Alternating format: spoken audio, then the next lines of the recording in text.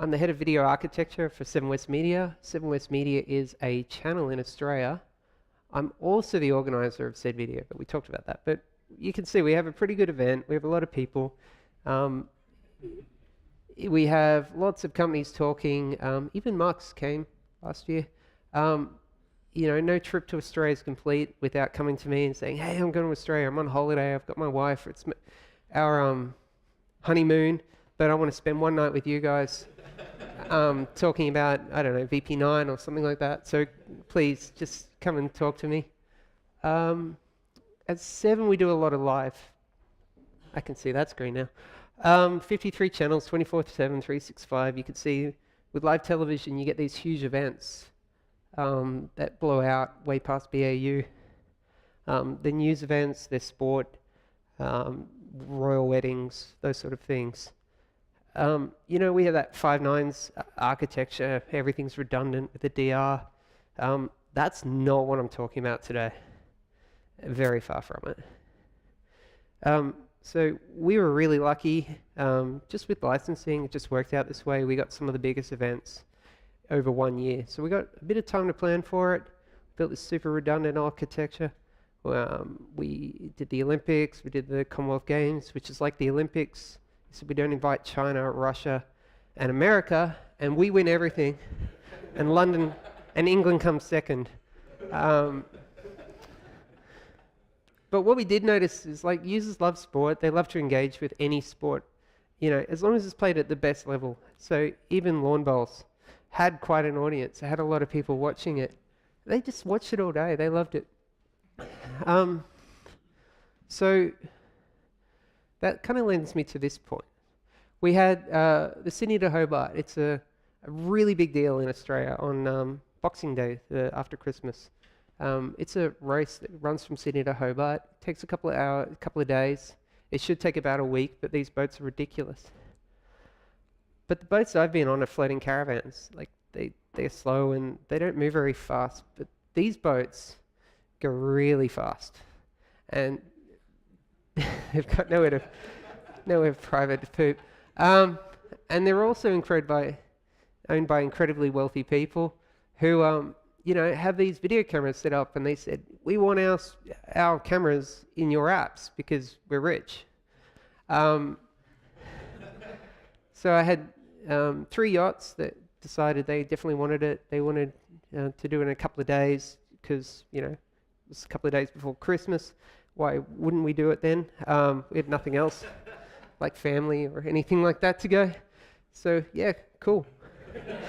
That was what we decided. We're going to do this.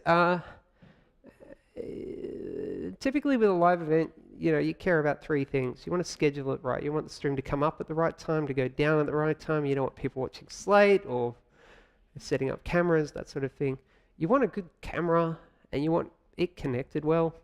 Live streaming is about the connectivity between the camera and the encoder, and I really can't stress that enough. That's really where your problems always lie. Playback and support, it's got to work. It's got to play on every device. We have a number of really old televisions like Samsung Orsays that are really sensitive, and if you can't keep a consistent stream, they have a lot of trouble. And then support, like, who are you dealing with? Have they done this before? Do they think this is a Hangouts chat? So 7 Plus, we already manage schedule things. We've built a whole UI around it, and it's really easy. You go in, you schedule the channel, you can see it there. You hit a button and it goes. Brilliant. But we had 3 different boats with 3 different configurations. Yeah, one of them had security cameras just kind of screwed onto the boat. They wanted to give us multicam. They didn't know whether they were going to give us audio. They all kind of demanded 4K. But they were all on 4G connections. And I'm like, I don't think this is going to work, guys. So the other thing, it doesn't work so well on a projector, but it's the same time of day on 2 different boats, and the colors are just way different. So, you know, the quality of the video coming down was very different. On the left is an action cam we're all pretty familiar with. On the right, some other camera I'm not going to talk about. The last risk maybe the last, maybe I got another one. Um, we got to test it days leading up to Christmas and including Christmas. No one's using their phones on those days. No one's streaming. It's empty highways. The next day is Boxing Day. Everyone wants to watch this race. Everyone's in town. So your 4G network gets slammed. And then going to support, they had a remote crews. We weren't allowed on the boats. Even that some of the tech guys weren't allowed on the boats.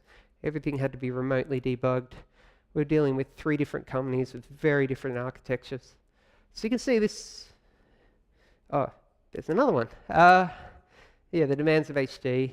Any buffering is seen as a platform failure. So it was really down to us to kind of make this work perfectly. We didn't really control all the way up to anything up to the encoder. So, oh my God, I had too many risks. I'm in danger. So, yeah, so I guess what happened on the race day was exactly what we expected. The crowds flooded, the 4G kicked it, wasn't fast enough, the stream started to drift.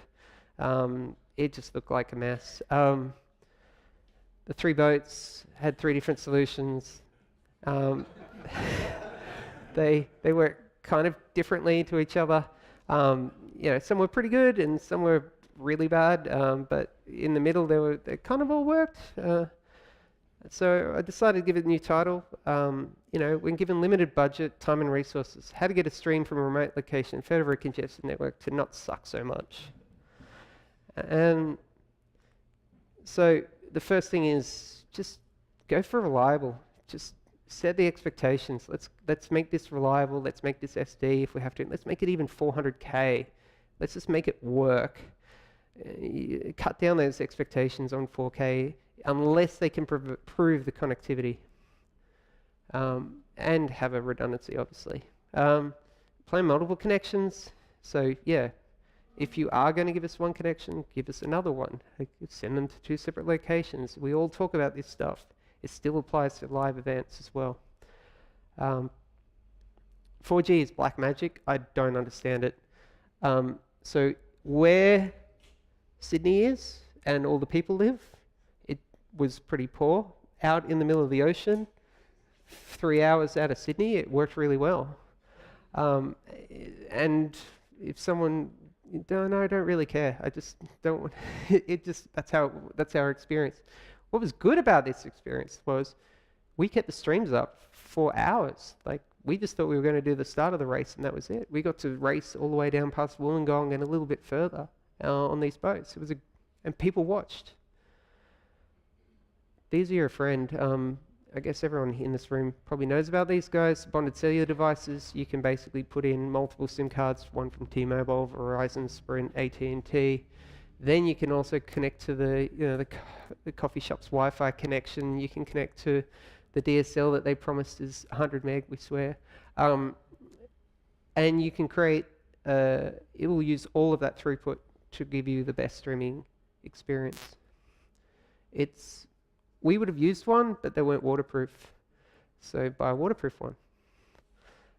They also, if you get a really good bonded device, it has a feedback loop back to your encoder. So it will say, I'm going to publish 4K, but if I can't, I'll do 1080. If I can't, I'll do 1280. If I can't, and just keep dropping down the quality. That's really useful, especially if you don't trust anyone like we do. Buy gear that can support a modern protocol. RTMP is great, but it is bloated and it is slow. And if we had ZXI or STP or RTP, we probably would have seen a better experience. Satellite is not a bad idea. It's lower bandwidth, but it's super reliable and it works all the way up to the middle of the ocean and back. So it's not that expensive. This was big, and this is probably where we started to really make some improvements. So testing our worst cases, unplugging every part of that chain one at a time and just seeing what happened, and then working on that. So what we realized pretty quickly, one of the action cams that everyone's got one, if you kill the connectivity by going through a tunnel, you have to restart the app. Now, asking someone on a boat in the middle of a race, oh, your app just cut out, can you please restart it? Just wasn't a popular idea. The other thing we did was input slate. So input slate is basically when you're having that bad experience on the input, go to a slate on the output. Now that could be a clip, or for us it was just an image. We were in a rush. What it first does is it sets the output to always be consistent. So some encoders will go, you've got input drift, here's some output drift, enjoy. And you really want to kind of normalize that output, because I'll show you in a sec. On the left, and the right, this is the same stream. The one on the right has an input drift protection.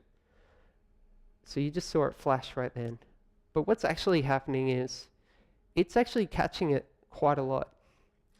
On the left, the stream is buffering, then somewhere along the line it's clipping, and then it's having to rebuffer and start again and start again. And so you could see 10 minutes of drifting, of just loading, spinning wheel, versus, you know, occasionally a little flash. And this is what I was pointing out earlier.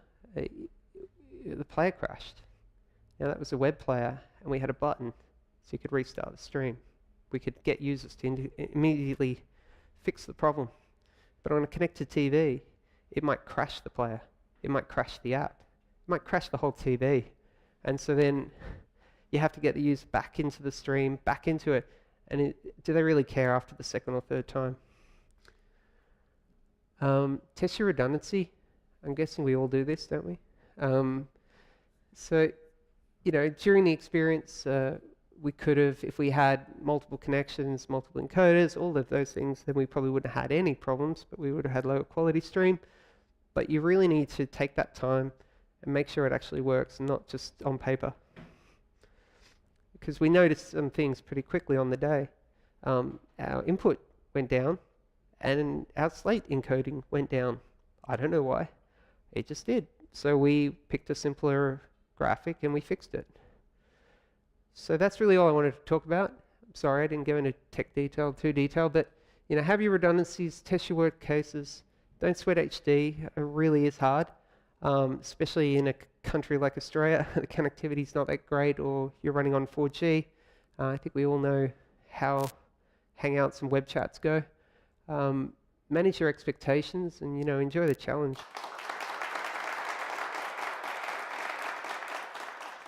I guess that's probably why there were three very different solutions, because I think whoever was building it thought very hard about waterproof and weatherproof, and so we didn't really own their gear. It was their gear on their boat, so we didn't really ask too many questions. We definitely did offer things like the bonded devices, but they weren't allowed to be used. And I don't know. I think if I answered your question, but short answer is I don't know. So what do I mean by input slate? So it's some of the encoders, you know, the big cloud guys have got them.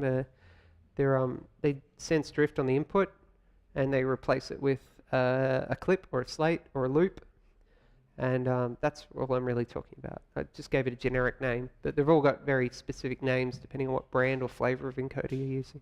It's part of the encoding process. So it's not before or after, it's literally the encoder saying, I'm not getting what I need, so I'm just going to put this up until I start seeing what I need. It wasn't our gear. Wasn't our, you know, we basically, our job was from the entry point through to the encode, so that's why we didn't choose satellite. I mean, given the opportunity, obviously we would have chosen 4 satellites and 3 bonded devices, so it was super resilient. No, I'm just joking. Like, we would have probably chosen a satellite as a backup and a bonded device as primary.